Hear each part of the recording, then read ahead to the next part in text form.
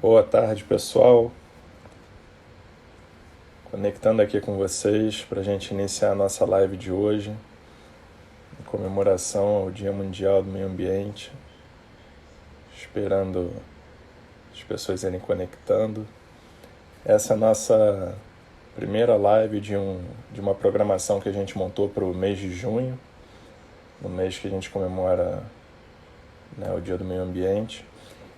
Essa é só a primeira, já deixo aqui a propaganda para vocês nos acompanharem nas próximas lives também, que a gente vai fazer na próxima segunda, no dia 8, e depois no dia 17, em comemoração ao Dia dos Oceanos, no dia 8, e depois ao Dia do Gestor, da Gestora Ambiental, no dia 17. Acompanhe a gente nessa programação, a gente já botou no, na nossa publicação os temas e tem também os convidados. Cada uma dessas lives a gente vai trazer 2 convidados para dialogar com a gente sobre esses assuntos aqui. Tá legal? Enquanto isso, eu vou conectando aqui. Eu vou só deixar uma mensagem aqui fixada para todo mundo que for entrando já fique com ela aqui.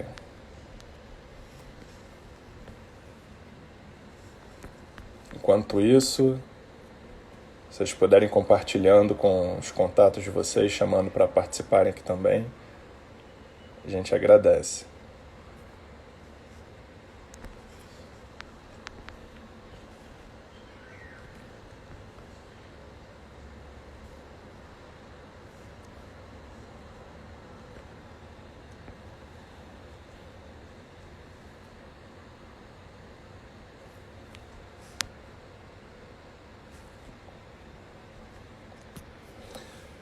Bom, fixei aqui já o tema da live. Obrigado por vocês estarem aqui com a gente, terem acessado. Eu vou adicionar aqui no bate-papo nosso primeiro convidado. Deixa eu chamar aqui, eu vi que ele já está conectado.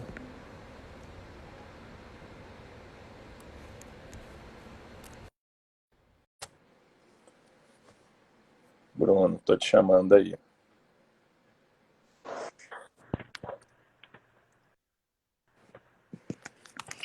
E aí, Bruno? Boa Maurício, tarde. Estou você me ouvindo. ouve? Estou ouvindo. Sim. Tudo Você está bom. me E aí, ouvindo? Maurício, tudo bom? Eu tô ouvindo. Ah, Tô ouvindo legal. bem.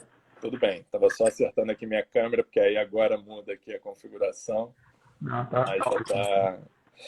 já tá encaixadinho aqui. Deu certo aí? Tudo certo. Legal. Bom, Bruno, eu acho que é interessante, né, da gente começar o nosso bate-papo. Eu primeiro vou apresentar você pro pessoal, né, para quem talvez não lhe conheça. Vou me apresentar também, né, aqui.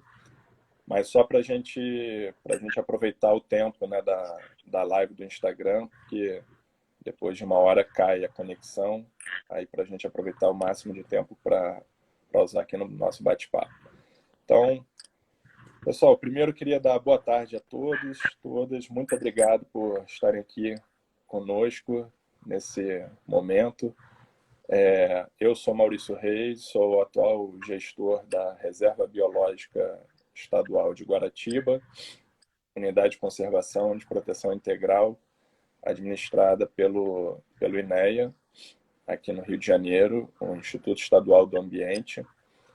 E hoje a gente vai aproveitar essa live, né, em comemoração ao Dia do Meio Ambiente, fazendo o início da nossa programação desse mês. Já temos outras lives também agendadas, depois podem dar uma olhadinha na nossa programação, que está publicada na nossa rede. E o tema de hoje é a importância da educação ambiental na gestão das unidades de conservação. Nós teremos em todas as lives 2 convidados, né? Então, primeiro eu vou bater um papo aqui com o Bruno, depois a gente vai ter também aqui uma fala da Luíse. E Bruno, vou trazer um pouquinho aqui para o pessoal te conhecer melhor. O Bruno Waldman é gestor ambiental, chefe de serviço de educação ambiental na gerência de desenvolvimento de pessoas, dentro da diretoria de gente e gestão do INEA e membro do programa de voluntários do Parque Nacional da Tijuca. Certinho? É isso mesmo. Legal. Tudo certo. Bom, Bruno, para a gente aproveitar ao máximo o nosso tempo aqui, né, que o Instagram fornece, a gente aqui, né, para Guaratiba, né, a Rebio, nós temos, né, aquelas limitações previstas em lei, né, para resguardar esse patrimônio natural que a gente preserva, né, conserva aqui. E a educação ambiental é, né, parte das atividades que não só são importantes, mas são cruciais para uma reserva biológica, né, assim como a pesquisa científica. E aí a gente queria ouvir um pouco de você, né, quando a gente levou essa proposta de fazer essa live, ouvir um pouco, que você trouxesse um pouco para a gente assim, como é que foi o histórico, né, dessa construção da temática da educação ambiental até chegarmos na importância que se tem hoje, né, principalmente para as unidades de conservação. Se a gente pudesse bater um papo um pouco nesse sentido, e aí depois a gente vai vendo também as perguntas que o pessoal for fazendo. Já deixo aqui aberto, né, para todos que estão presentes aqui, quiserem fazer perguntas, mandem aqui que eu vou tentar acompanhar dentro do possível o que for passando na tela para trazer para os nossos convidados. Bom, perfeito. Primeiramente, queria agradecer ao Maurício, queria agradecer a Rebio. Eu tive o prazer, o privilégio de conhecer a unidade de conservação, foi no final de janeiro desse ano. Vocês nos convidaram para apresentar o programa de vocês, para apresentar um pouco a própria unidade de conservação. A gente teve o privilégio de ir lá apresentar um pouco o nosso trabalho também, mas em especial ouvir mais o que vocês estavam propondo. Infelizmente não deu tempo, né, da gente conhecer a parte mesmo da reserva mesmo, né, da reserva biológica. Não deu tempo, foi um dia muito corrido lá o seminário e o trânsito para voltar lá de Guaratiba é um pouquinho complicado, né? Então, mas ficou para uma próxima, aí veio a pandemia, atrapalhou um pouco, né? Queria agradecer em especial, até pelo dia, né? É um dia simbólico hoje, Dia Internacional do Meio Ambiente, falar um pouco de educação ambiental, que é vamos dizer assim, o carro-chefe, né, do meio ambiente. Sem educação ambiental não se tem preservação do meio ambiente, né? Já, como diria aquela frase, né, as pessoas só protegem o que elas conhecem, né, o que elas se sentem parte, o que elas conhecem. Bom, respondendo um pouco ao que você trouxe, né, acho interessante esse ponto que você trouxe, de onde vem principalmente a educação ambiental e o que ela interage com as unidades de conservação.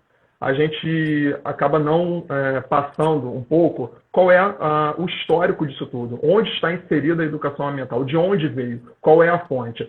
E acaba ficando no ar um pouco, às vezes a gente sente muito isso, as pessoas acabam acreditando que é algo muito que veio da cabeça de alguém. Não, não é.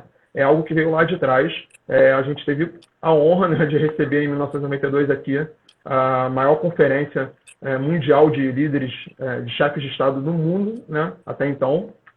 E ao longo da Rio 92, da Eco 92, né, mas na Rio 92, foi realizado um encontro de educadores ambientais, jovens, professores, ONGs, voluntários, que resultou no Tratado de Educação Ambiental para Sociedades Sustentáveis e Responsabilidade Global. Dentro desse tratado, foram sugeridos diversos princípios para se tratar a educação ambiental no âmbito de uma sociedade sustentável.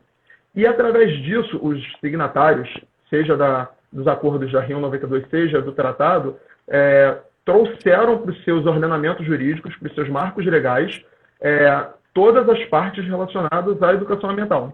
E não foi diferente aqui no Brasil. No Brasil, isso foi trazido para o Congresso Nacional, que debateu ao longo de anos como inserir a educação ambiental como uma estratégia de política nacional, uma estratégia geral de introdução da educação ambiental em todas as suas vertentes, seja na educação formal nas escolas, seja na educação não formal, fora do ambiente escolar, fora do ambiente de sala de aula, vamos dizer assim.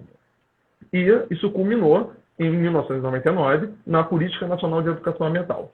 Desde então, ou seja, um pouco mais de 20 anos, é de certa forma recente, mas a educação ambiental, o próprio termo sustentabilidade é um termo relativamente bem recente na experiência humana, vamos dizer assim.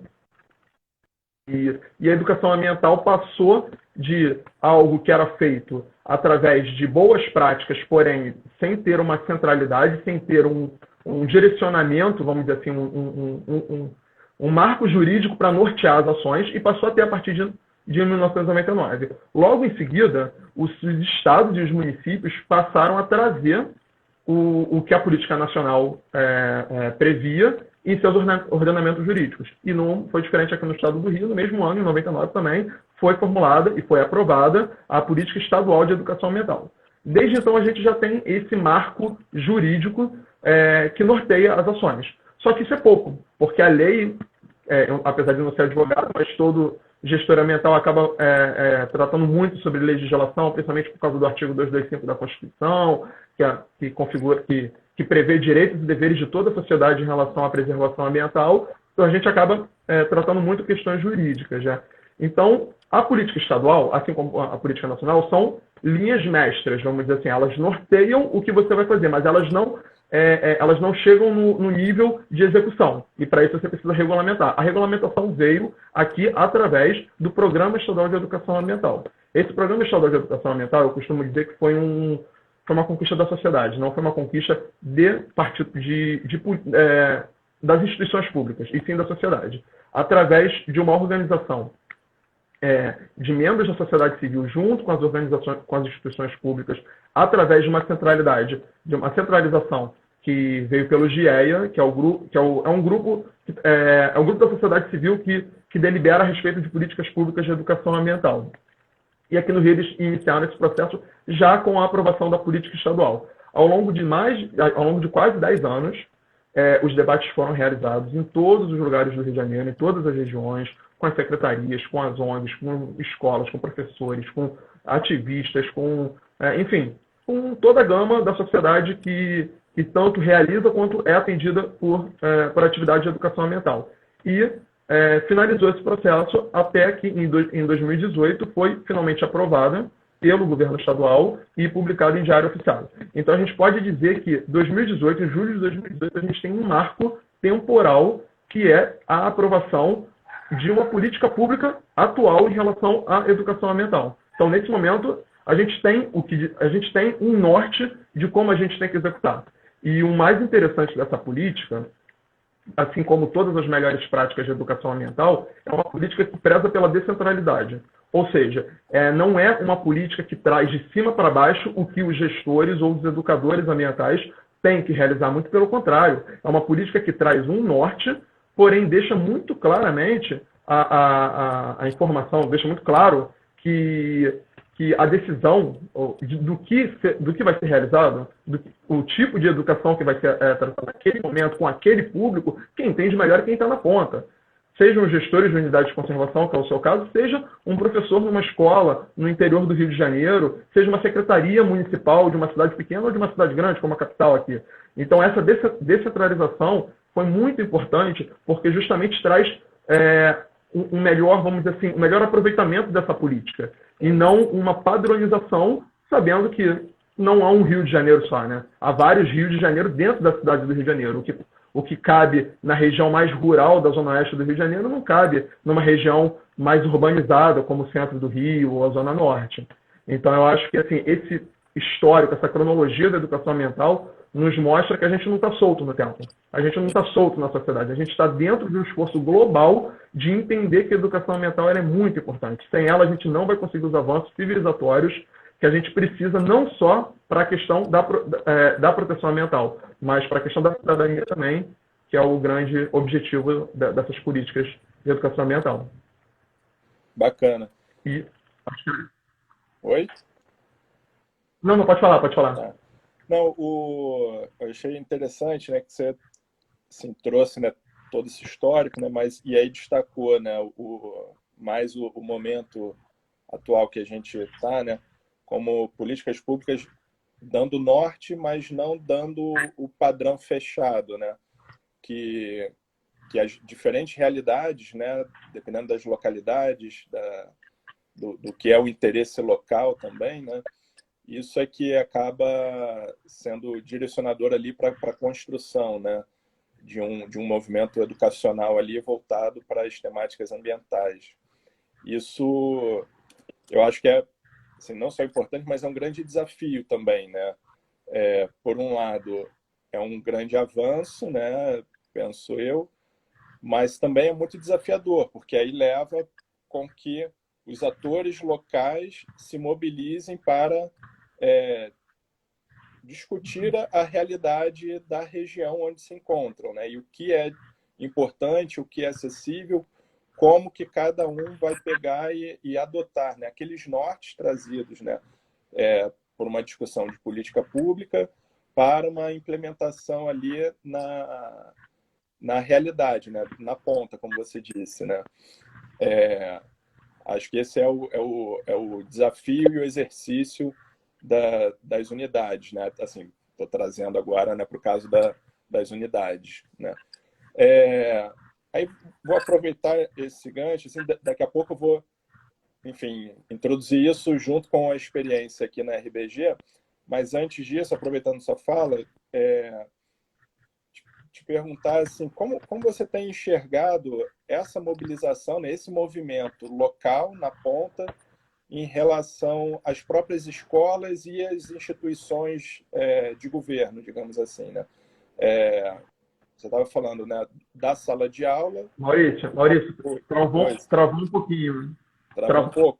Travou um pouquinho na parte que você estava falando o que você enxerga como o que está sendo realizado na ponta e começou a travar um pouquinho. Em relação às escolas, né? Como é que você tem observado essa realidade nas escolas e também nas unidades de conservação? Se isso tem acontecido de forma integrada ou ainda são movimentos distintos? Como é que você tem observado essa dinâmica? Então, beleza. Em relação ao que a gente tem observado na ponta, seja pelas escolas, seja pelas unidades de conservação, a gente percebe que cada vez mais há um interesse por parte de quem está executando entender o contexto maior e sair do que está sendo executado somente ali e pegar melhores práticas, exemplos, bibliografia, ou então até mesmo uma interlocução com outros setores. A gente vê muito isso acontecendo, principalmente nas escolas, porque as escolas, elas geralmente possuem programas próprios, porém, sem uma grande articulação junto às secretarias municipais, à secretaria estadual, a outras escolas da região, a ONGs que atuam na região. E aí, trazendo um pouco para as unidades de conservação, que é o foco de vocês, inclusive a gente, em janeiro, teve o privilégio de ouvir de ir na apresentação que vocês fizeram para a gente do programa que vocês estão executando, né, que vocês estão planejando para 2020 e em seguida. E as unidades de conservação, elas são muito importantes nessa articulação entre as partes que executam, porque as unidades de conservação, elas são um território muito apropriado pela comunidade do entorno, e isso em todas as esferas, seja nas instituições, seja nas ONGs, seja na sociedade mesmo, seja nos visitantes ou nos moradores. Algumas unidades de conservação possuem moradores enfim, que já estavam lá antes da demarcação comunidade, ou visitantes, turistas. A unidade de conservação de vocês é uma reserva biológica, ela tem características próprias, que ela não permite a visitação, como os parques nacionais e os parques estaduais. Ela só permite a entrada para pesquisas e ações de educação ambiental. Então, ela se faz mais importante ainda, porque as pessoas não conseguem entrar na unidade de conservação como visitante e acabam perdendo aquela afetividade, né, que a gente tem de preservar aquela cachoeira que eu frequento, de preservar aquela vista que eu tenho, que eu vou aos finais de semana para levar meu filho. Isso é mais importante ainda, mostrar para o entorno a importância daquela unidade de conservação para o bem-estar deles mesmos, para o bem-estar climático, para o bem-estar da poluição, diminuir a poluição, para o bem-estar, inclusive, do fornecimento de emprego, né? Tem algumas unidades de conservação que são restritas e que servem como produção de pescados, enfim, de frutos do mar de uma forma geral.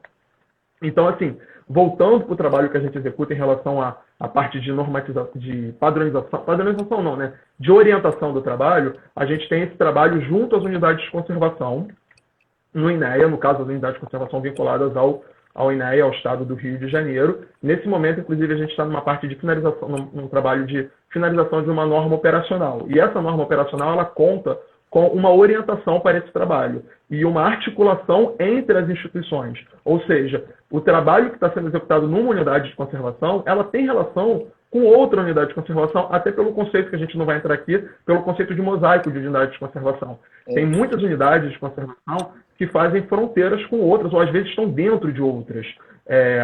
Talvez a Ilha Grande seja o maior exemplo disso, né? Tem várias unidades de conservação dentro de um parque estadual. Então, todas têm que interagir entre elas, umas mais restritivas do que outras. Então, só resumindo essa questão do trabalho que a gente vem executando, acho que essa relação entre, como você citou, e as unidades de conservação são muito importantes para que se tenha vamos dizer assim, uma continuidade nas ações. Seja por trazer essas crianças como um público presente e futuro, seja porque as crianças também trazem pais, amigos, familiares de uma forma geral. Então, acho que articular todos esses interessados nas ações de educação ambiental dentro do parque ou no entorno do parque é muito importante. É mais do que importante, é fundamental mesmo. Bacana. Eu ia aproveitar a sua fala agora para já fazer um gancho com a experiência que a Luísa vai trazer, mas antes disso, eu vou só aproveitar aqui, trazer uma pergunta de uma participante, que é do perfil Amor ao Meio Ambiente, né? Que ela pergunta assim... Desculpa. Amor ao Meio Ambiente, o nome do perfil. E aí pergunta assim, se possível, gostaria de saber sobre o cenário do gestor ambiental referente ao espaço profissional nas escolas e empresas. E aí já vou moldar um pouquinho, né, essa pergunta, talvez trazendo assim, uma especificidade nesse papel do gestor ambiental, né, na parte profissional, né, nas escolas e empresas, voltado na educação ambiental, né? Tá. Assim, o que a gente vê? Em relação às escolas, a gente vê que o trabalho do gestor ambiental ele está mais vinculado a dar um suporte às ações que os gestores, que os atores na ponta realizam. Geralmente, as ações de educação ambiental são executadas mais pelos profissionais do próprio quadro técnico da escola, em especial professores, né? E mais em especial ainda professores de áreas mais relacionadas ao meio ambiente diretamente, né? Todas as áreas têm relação com o meio ambiente, da matemática ao português a gente consegue trabalhar a educação ambiental, mas tem áreas que são mais próximas, como a geografia e a biologia, né? Tem uma relação mais próxima até por estudar esse assunto, né? Então, nas escolas, o que a gente vê muito, principalmente em escolas públicas, que é o grande foco da gente, que é o que a gente trabalha mais diretamente, é exatamente isso. Não há um trabalho em especial de gestor ambiental dentro das escolas. O que há são trabalhos externos dando esse auxílio aos profissionais que já trabalham. A gente faz muito isso lá, né? A gente traz muitas escolas no nosso espaço lá na Lagoa Rodrigo de Freitas, que é o Espaço Convivência Sustentável, e a gente sempre primeiro faz um trabalho junto aos professores para poder fazer um trabalho junto aos alunos dentro do que é trabalhado em sala de aula. Em relação às empresas, é um cenário que a gente vê, assim, é meio que cíclico, né? A educação ambiental ainda não é vista como uma ferramenta de investimento nas empresas, né? Eu acredito que esteja mudando, mas aí veio essa crise econômica, veio a pandemia, e qualquer investimento, não só em relação a isso, qualquer investimento acaba sendo prejudicado, né? A gente vê algumas experiências muito legais, mas principalmente em grandes empresas que valorizam isso, valorizam não só o ganho que isso vai levar para a empresa em relação à marca dela, né, ao nome que isso vai trazer, mas você vê que tem uma sinceridade, né? Você vê que não é um marketing verde puro, né, só pelo marketing. Você vê que é um marketing verde no sentido de entender a importância de trazer para dentro das empresas. Mas eu acho que ainda é um pouco incipiente, ainda depende muito de variações do mercado, vamos dizer assim, né? Entendi. Obrigado pela pergunta, obrigado pela sua resposta. E Bruno, vou aproveitar então o espaço para... Você falou, né, que vocês estão trabalhando na elaboração da norma operacional, né, dos programas de educação ambiental para as unidades do INEA. e a gente teve a oportunidade de ter aquele dia ali de troca, né, com o pessoal que está trabalhando na educação ambiental na Reserva Biológica de Guaratiba, né, aqui com a gente, e com a equipe de vocês, né, e da SES também, né, que estiveram conosco. E aí eu queria aproveitar aqui, né, como é que, dentro do que está sendo trabalhado, né, com vocês na norma operacional, e o que a gente teve a oportunidade de dialogar naquele dia, como é que você enxerga que está sendo esse trabalho? Assim, está dentro, né, do que vocês também têm trabalhado internamente, né, nesse projeto? Tem um distanciamento ainda que precisa de algumas adequações? Que você trouxesse um pouco assim, da sua percepção dentro do trabalho, que daqui a pouco a Luiz vai até contar um pouco melhor esse histórico aí, né? Como é que foi ano passado e está sendo esse ano a experiência aqui na RBG. Tá. Sem tentar dar spoiler, né, que a Luiz já vai falar um pouco do programa daqui a pouco. O programa, a análise que a gente tem em relação ao programa é que ele está indo de encontro ao que está previsto nos princípios básicos, seja do programa estadual, seja das políticas vigentes. E vocês entenderam muito bem as especificidades que vocês têm, que vocês possuem, por ser uma reserva biológica, por não ter a facilidade de poder trabalhar com os alunos e com os visitantes, já que não é permitido visitantes esporádicos, né? Seja o turista ou seja o visitante residente mesmo, né? Mas dentro dessas características próprias que vocês têm, que poucas unidades de conservação têm essas características, vocês trouxeram vários princípios que são presentes seja no programa estadual, seja na norma operacional que a gente está elaborando. A norma operacional é só uma forma de regulamentar, vamos dizer assim, de executar o programa estadual dentro das unidades de conservação. Como eu disse anteriormente, o objetivo não é impor nada, não é ordenar nada, mas muito pelo contrário, é dar um norte do que é a política e dar liberdade para que cada unidade de conservação trabalhe o seu próprio programa de acordo com as características próprias. Mas o que a gente achou bem interessante no programa de vocês é que vocês trazem os princípios da educação ambiental, das melhores práticas dos princípios da educação ambiental, buscam a fidelização do público, ou seja, vocês buscam a fidelização das crianças, principalmente das escolas e das famílias, através de atividades permanentes e não atividades pontuais. É muito comum a gente ver atividades de educação ambiental que têm a sua variedade, mas são atividades muito pontuais. Então, somente no dia do meio ambiente tem uma atividade, só no dia do índio, no dia da água. E essas atividades acabam se perdendo um pouco com o tempo. Quando você tem uma periodicidade de atividades, um currículo, vamos dizer assim, você acaba tendo uma permanência dos conteúdos sendo tratados com as crianças, com os adultos, enfim, com o público um público geral, né? Além disso, vocês trazem os conceitos da educação ambiental transformadora e emancipatória, trazem os conceitos da educação ambiental, trabalhando conceitos da interpretação ambiental, que é muito importante em relação, principalmente às crianças, para combater o analfabetismo ambiental. Hoje em dia a gente sofre muito com isso, o analfabetismo ambiental. Infelizmente, os conceitos ambientais, que são o básico da educação ambiental, as pessoas, infelizmente, ainda não conhecem muito, mesmo tendo isso em disciplinas regulares nas escolas, mas falta a interação do conteúdo aprendido na sala de aula com o mundo real. E a educação ambiental, ela traz isso. E a gente conseguiu sentir isso no programa de vocês. O que a gente vem a propor nessa norma para todas as unidades de conservação, e isso para vocês também, é um programa para monitoramento e avaliação através de indicadores. Ou seja, promover uma avaliação de desempenho e de processo, que o INEA participou de um processo, que a gente não vai entrar em detalhe agora, que ele é bem extenso, que culminou em Brasília, que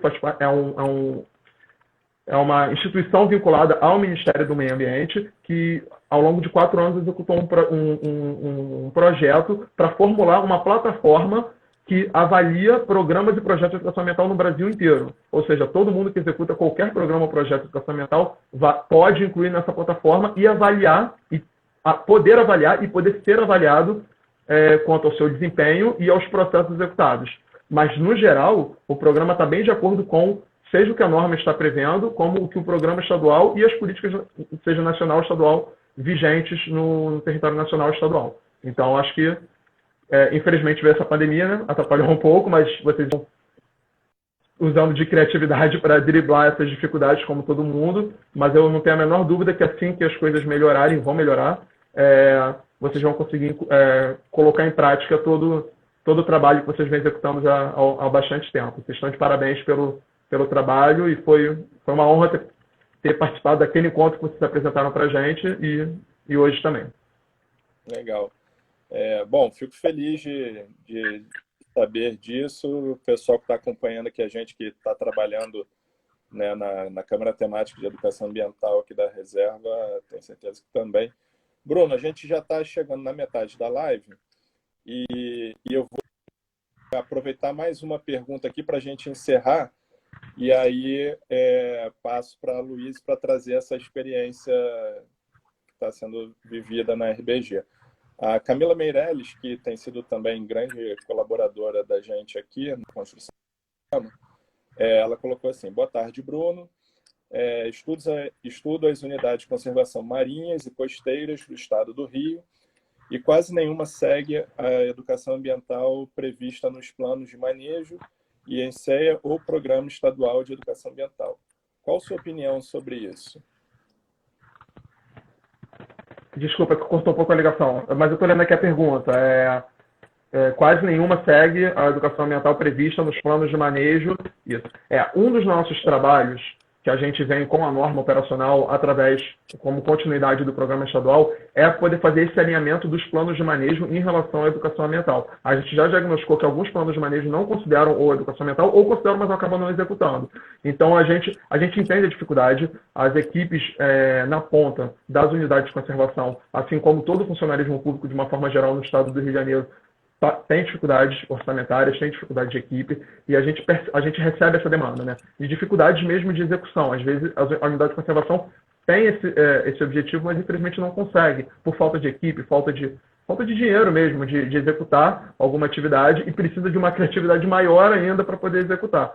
Mas a intenção que a gente tem como órgão gestor das unidades de conservação estadual é dar esse suporte a todas as unidades de conservação em relação à educação ambiental, ou seja a inclusão no plano de manejo nas unidades que não possuem, seja no auxílio à execução nas que já possuem ou na readequação, enfim, na melhora contínua do que está sendo proposto na educação ambiental, mas é a gente atuar mais próximo junto a essas unidades de conservação, em especial ao corpo técnico que trabalha com educação ambiental. Muitas vezes todo o corpo técnico, por ser uma equipe reduzida, às vezes, em unidades que possuem um corpo técnico um pouco maior, destinam alguns profissionais para lidar com a educação ambiental. Então, são esses os profissionais que a gente vai tentar chegar mais próximo para poder dar esse suporte, seja suporte de material, seja suporte bibliográfico, seja suporte institucional, de articulação, ou mesmo indo lá ajudar mesmo,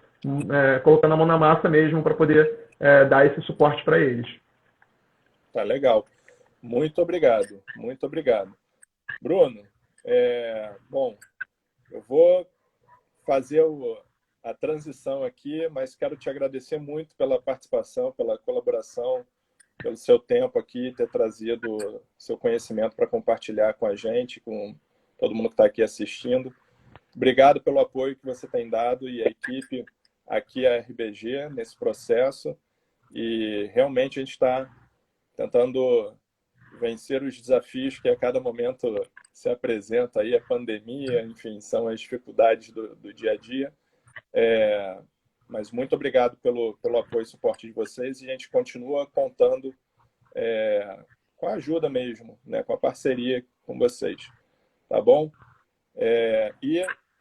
Bom, eu vou passar para a Luiz, que aí depois no final eu já vou puxar, porque a gente tem interesse de aprofundar mais a discussão sobre educação ambiental mais à frente em outros eventos que a gente está programando, mas aí depois a gente conversa mais.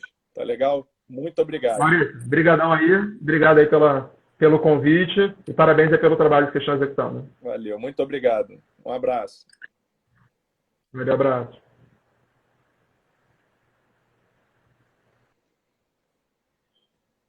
Bom, pessoal, passamos a nossa primeira parte. Acho que foi bem enriquecedor que o Bruno compartilhou com a gente. E eu vou convidar a nossa próxima convidada, a Luíse. chamando ela aqui. Aproveitar e agradecer a participação e os comentários que o pessoal está enviando. Muito obrigado. Luiz, você me ouve? Sim, tá me ouvindo? Ouvindo bem. Legal, deu para acompanhar bem aí a conexão com o Bruno? Sim, deu sim. Legal. Bom, Luiz, para a gente aproveitar o tempo, eu já vou entrar fazendo sua apresentação, tá bom? E aí a gente segue. Luiz Ok. Schiatti é bióloga, educadora ambiental e conselheira da Reserva Biológica de Guaratiba pelo grupo Biotrabalho, coordenando as câmaras temáticas de educação ambiental e comunicação em eventos. Luiz, bem-vinda, né? Obrigado por você estar aqui com a gente. Obrigado pelo trabalho e a parceria que você tem desenvolvido com a Reserva, né, no Conselho Consultivo, toda a articulação que você também está trazendo junto com você. E, bom, aqui, né, no tema de hoje, né, eu gostaria muito que você compartilhasse com os nossos ouvintes aqui como tem sido a experiência, né, desse trabalho voltado para a educação ambiental na Reserva Biológica de Guaratiba. Você que está desde o início também, né, participando dessa construção. Sim. Então, ano passado, né, teve uma parte do trabalho, esse ano havia um planejamento, esse planejamento tem sido constantemente buscado ali as adaptações necessárias para conseguir superar as adversidades.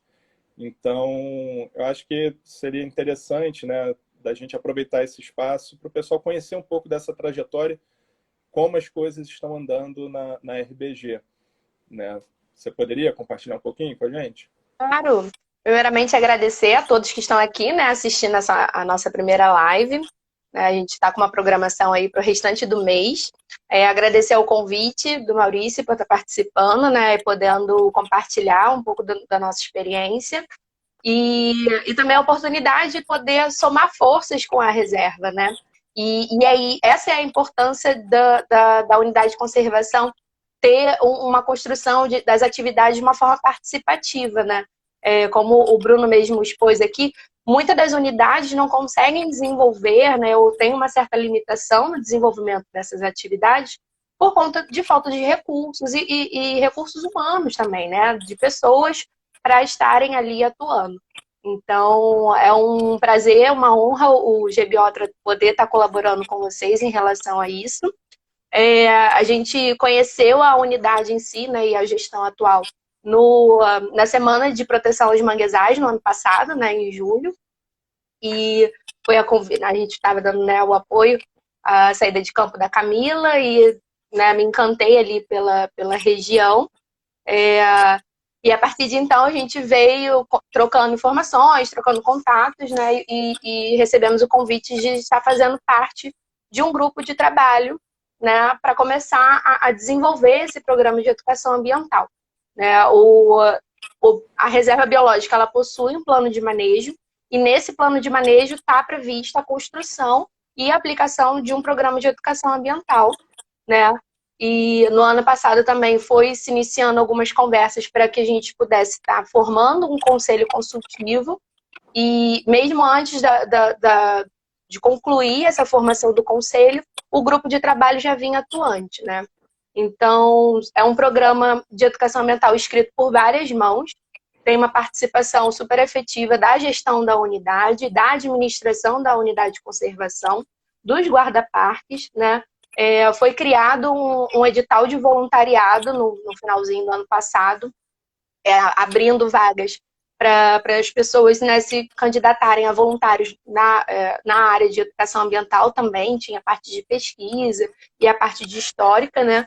A gente busca até mesmo no programa reafirmar, né, o bairro, a região ali como um todo, ela tem um histórico muito forte, uma cultura que precisa ser preservada, assim também como o remanescente, né, de Manguezal.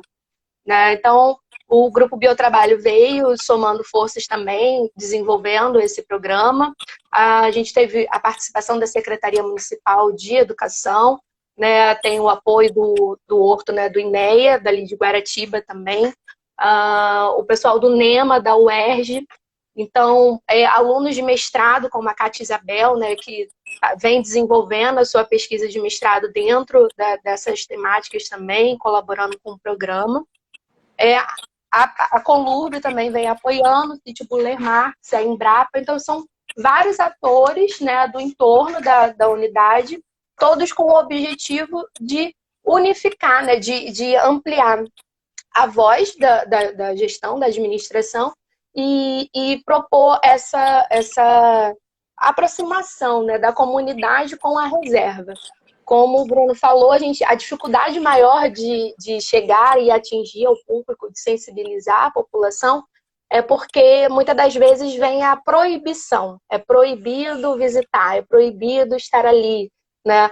Então, é visto de uma forma negativa, né, a reserva como um todo. Então, a gente precisa mudar essa visão, e aí a proposta do programa é justamente essa.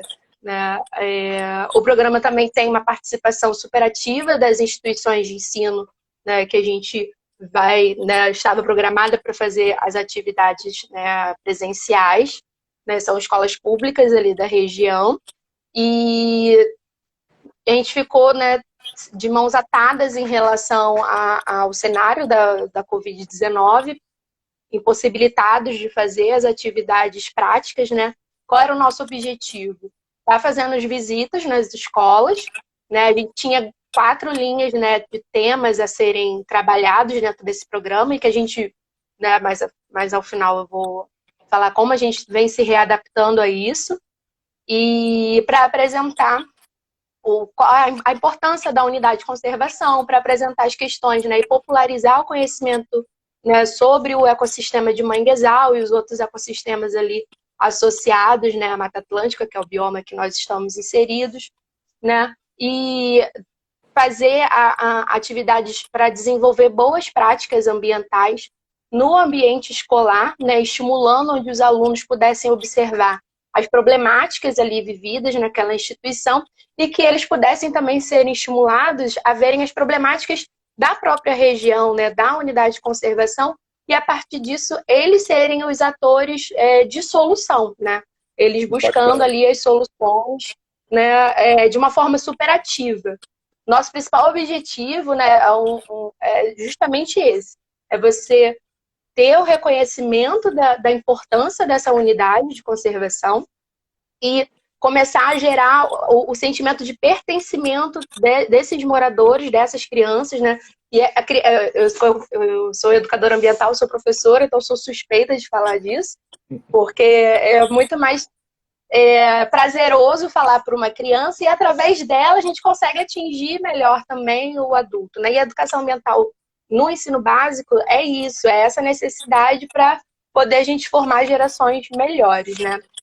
Então, a gente vem buscando com essas atividades esse sentimento de reconhecimento, né, da região, de pertencimento do meio ambiente, né? Hoje é Dia Mundial do Meio Ambiente, é o Dia Mundial da Ecologia.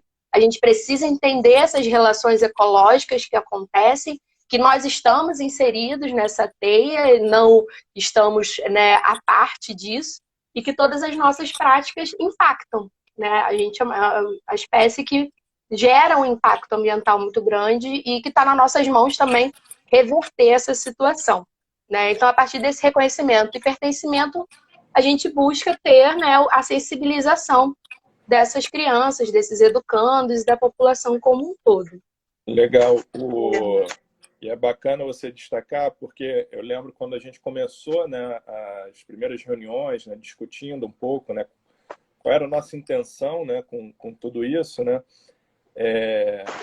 eu tinha uma preocupação muito grande de nós conseguirmos avançar, né, além da sensibilização, né, que a gente conseguisse chegar ao ponto daquela transformação vinda dos próprios atores locais, né, em que eles passassem a ser parte da solução ali, né? Claro que a gente já tem uma série de grupos que já são solução, né? Enfim, a gente vai ter oportunidade em outras lives até de falar um pouco disso apresentando.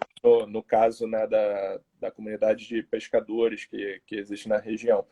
Mas em muitos casos entrava isso que você estava falando, né?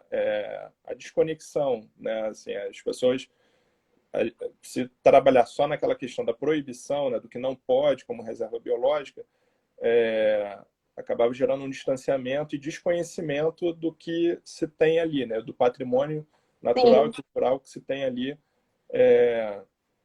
para ser preservado. E aí acabou que, né, o trabalho está sendo feito, né, nessa parte que você destacou, né, da conscientização, da participação até chegar à solução, né? Isso acho que é um grande desafio e se a gente conseguir caminhar nesse sentido, eu acho que vai ter bons frutos, né? A gente vai conseguir ter bons frutos Sim. aí. Assim, claro, a gente trabalhou junto, né? Eu sei quais foram, mas eu acho que é legal de trazer rapidamente aqui para o público em geral.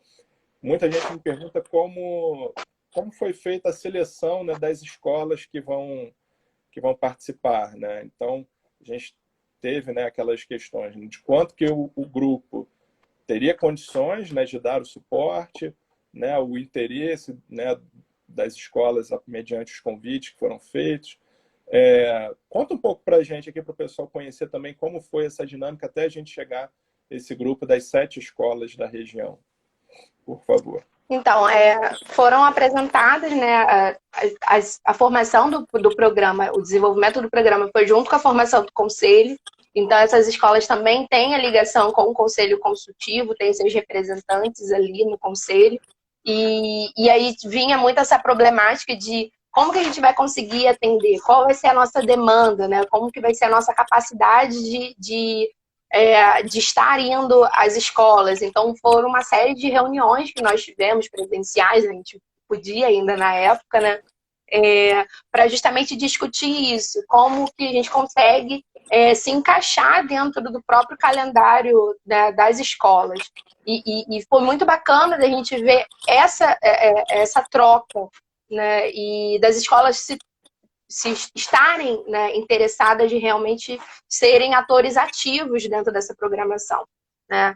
Então, para suprir também essa questão de quais são as pessoas que vão estar indo, foi aberto, né, o edital de voluntariado, e aí a gente conseguiu, né, ampliar ali o grupo de trabalho também para estar desenvolvendo e escrevendo o projeto e também para dentro do nosso cronograma, né, estar indo visitar as escolas e fazer as atividades, né? Então, a gente tem justamente essa conexão do conselho junto com a formação do grupo de trabalho, né? Quando o conselho foi publicado tudo certinho, né, no início desse ano, a gente conseguiu fazer a nossa primeira reunião presencial e ali foram, né, instituídas as câmaras temáticas.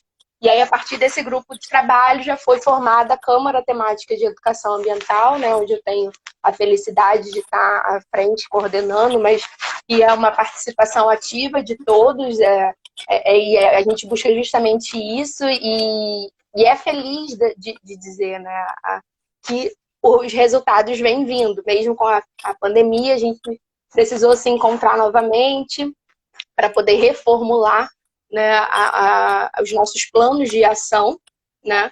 E aí eu não sei se você vai estar perguntando mais à frente, né? Mas se você quiser, eu já posso estar seguindo nessa parte do plano de ação, né? Que a gente teve que modificar tudo, praticamente. O que eu ia trazer, né, daqui a pouquinho como é que está sendo o desafio de trabalho nesse ano, né? Porque ano passado, né, como você colocou, foi o movimento para construir, né, esse conteúdo, né? E esse conteúdo, né, colocando aqui para todo mundo, ele foi pensado, né, dentro de uma metodologia de aulas presenciais, né, em salas de aula e aulas de campo, né, visitando a reserva. E o nosso plano de ação, como você estava dizendo, né, era para esse ano começar a implementação, né, na prática ali, né? E só uma coisa que destacar, né, dentro disso é que a construção do documento, isso gerou, né, o documento, né, que é o Programa de Educação Ambiental, que ele vem sendo compartilhado com a Secretaria Municipal de Educação, para aprovação deles e os comentários para adaptações e tudo mais. Mas o que eu achei que foi muito interessante nessa construção também foi a participação das escolas na formulação mesmo do conteúdo, assim, né? Aquela experiência das reuniões, recebendo as professoras, algumas coordenadoras pedagógicas. Eles levavam a realidade deles, né, da instituição. Tem escolas que o representante da escola é o próprio diretor, né, da escola. Né? Isso acho que enriquece muito quando a gente tem a participação, né, desses atores que estão lá, né, dentro da escola, escrevendo junto conosco esse conteúdo. E aí, essa participação deles, eu acho que teve ainda mais destaque nesse ano, quando aí a meta já era a implementação, em que eles trouxeram, né, a gente tinha um planejamento, né, mas esse planejamento precisou ser, em alguns momentos, revisto para se adaptar com as realidades que eles traziam para a gente, né? Então, aproveitando que a gente está indo para o nosso finalzinho de live aqui, né? Isso que eu ia falar, que o horário. Eu ia te pedir para falar um pouco como tem sido esse momento atual, né?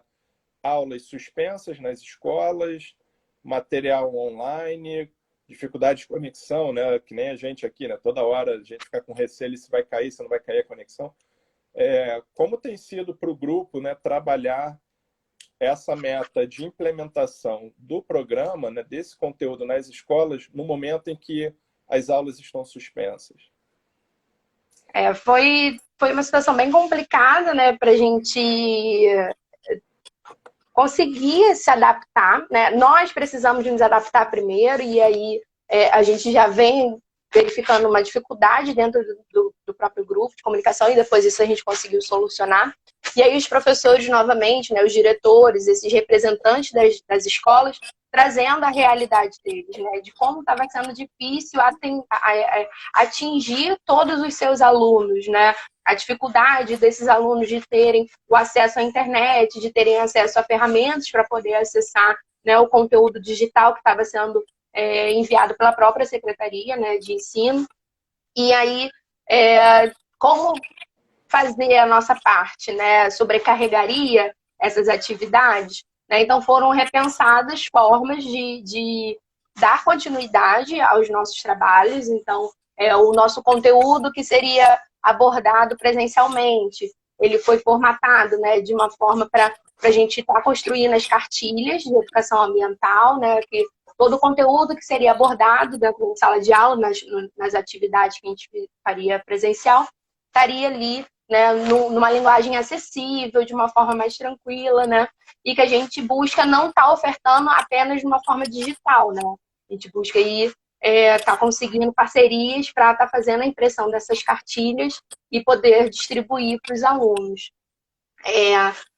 A criação também, né, a gravação de vídeos, né, como que eu vou levar a criança para atividade, né, prática, para a saída de campo, de reconhecimento da reserva. Então, vamos desenvolver alguns vídeos e buscar estar levando esse material, esse conteúdo para o maior número de alunos, né? E isso a gente vai conseguir atender até mais crianças do que o planejado inicialmente nas atividades presenciais, né? E junto a isso a gente percebeu também a delicadeza do momento e a necessidade, né, que as famílias estão passando, porque período de pandemia, muitos sem trabalhar, muitos sem as condições de trabalho. Então foi, né, junto com a Câmara Temática, formada uma ideia, né, junto às escolas, de estarmos criando uma ação solidária para estar buscando, né, parceiros e apoiadores para estar fazendo a distribuição de cestas básicas para essas famílias. A gente está com a meta aí de atender 300 famílias, né, que seriam 300 educandos já atendidos. Conseguimos já 100 cestas básicas, kits de higiene também, e os kits de horta. Né? A ideia do kit horta foi muito legal e apresentada numa das reuniões que nós tivemos online, que atende a uma das temáticas, né, do programa de educação ambiental. E aí a criança vai poder desenvolver essa temática em casa, com a sua família, né? E isso estimula também, que é um dos objetivos, que essas práticas sejam feitas, né, dentro de casa. Estimula uma alimentação saudável, estimula o conhecimento e pertencimento também em relação ao meio ambiente. E a nossa ação solidária ainda está acontecendo, a gente pretende estar atingindo a nossa meta até o final de junho, então deixo aqui também meu convite para quem está assistindo a live, entre em contato com a gente, né, colabore, compartilhar a nossa publicação já ajuda e muito, né? Então, assim, juntos a gente vai conseguir, né, minimizar essas problemáticas, assim como as boas práticas ambientais precisam ser feitas, né, dentro da nossa rotina, as boas práticas sociais também. A educação ambiental é isso, é socioambiental. Eu não posso falar de preservação ambiental, de conservação, se eu não tiver foco na sociedade, nos trabalhos sociais a serem feitos ali. É verdade. É bem isso, né? A experiência do ambiental quando toca o social, né? Que é muito difícil Social, separar, né? essas duas temáticas, né? A gente não pode, né? E quando a gente separa, a gente não consegue atingir a meta justamente, né, de ter continuidade. E a gente usa muito o uso do termo programa, é justamente isso. Ele tem um início, ele tem um desenvolvimento, ele tem as aplicações, né, que aí é a partir da parte medial, né, e não vai ter um fim. A gente busca que, dentro dessas instituições, os alunos se mobilizem a estarem dando continuidade, né, para que num próximo ano a gente possa atender outras instituições, possa estar trabalhando com outros educadores, capacitando esses educadores também, né? Então é um caminhar, né, em conjunto. Como o Bacana. Bruno falou, não é apenas uma atividade pontual. E eu vou aproveitar essa sua fala, falando em termos de continuidade, né? Eu vi que a Camila fez uma pergunta aqui em termos, né, realmente para que seja um programa, né, de educação ambiental contínuo na RBG, né, se o cenário político atrapalha. Acho que você já colocou uma das estratégias, né, que é essa capacitação e a interação diretamente com as escolas para que isso se perpetue. E o que eu posso colocar aqui também, Camila, é que a estratégia que a gente tem adotado na RBG é que os projetos, né, importantes para a consolidação da unidade e suas atividades, eu tenho sempre levado via conselho consultivo, para que esses projetos sejam abraçados pelos atores locais que, de fato, fazem a gestão compartilhada da unidade. E eu entendo que o conselho, abraçando os projetos que são relevantes para a unidade, né? Se o conselho não abraçar, é porque talvez nem seja relevante, mas quando eles abraçam é porque tem a possibilidade da coisa seguir adiante, né? E manter, né, esse fluxo contínuo. Bom, pessoal, a gente está chegando no finalzinho, eu acho que os últimos 2 minutos aqui, eu quero aproveitar para fazer os agradecimentos. Luiz, muito obrigado. Obrigado pelo trabalho na RBG. Obrigado por compartilhar essa experiência aqui com a gente, né? E obrigado, tem várias pessoas aqui que fazem parte do conselho, que são voluntários, que estão assistindo aqui a live com a gente. Aproveitar aqui e deixar o meu agradecimento. Tá legal? Eu vi aqui, ó, até colocar aqui, Camila deve ser chamada para uma live. Com certeza será, não sei se para a live ou para o congresso que a gente está querendo fazer em novembro. Mas já não dá spoiler. Já fica aqui o convite. Pessoal, muito obrigado pela presença de vocês. Obrigado aos palestrantes, né, Bruno, Luiz. Obrigado a todo mundo que passou esse tempo aqui assistindo conosco. Como eu falei, tem voluntários, tem conselheiros, tem pessoal do INEA aqui, tem pessoal que está vendo nas redes sociais, tem familiares. Muito obrigado, agradecer a primeira live. Eu estou aqui como anfitrião, então obrigado pelo apoio, família. E, pessoal, pedir para vocês acompanharem a gente nas redes sociais. A gente tem feito publicações, Luiz e Diana têm ajudado, né, a gente nesse processo. Fiquem atentos que nos próximos dias a gente vai ter também outras lives com temas bem interessantes que falam do nosso trabalho aqui na reserva. Dê uma olhadinha na programação e eu espero vocês também nas próximas lives. Tá legal? Muito obrigado. Obrigada a todos. Encerrando aqui em 10 segundos. Deixar meu agradecimento para a Camila, que é uma grande inspiração, né? Que vem colaborando muito com a gente. É isso. Beijão, obrigada a todos. Pessoal. Valeu. E ó, a ação solidária continua de pé, como a Luiz falou. Continua.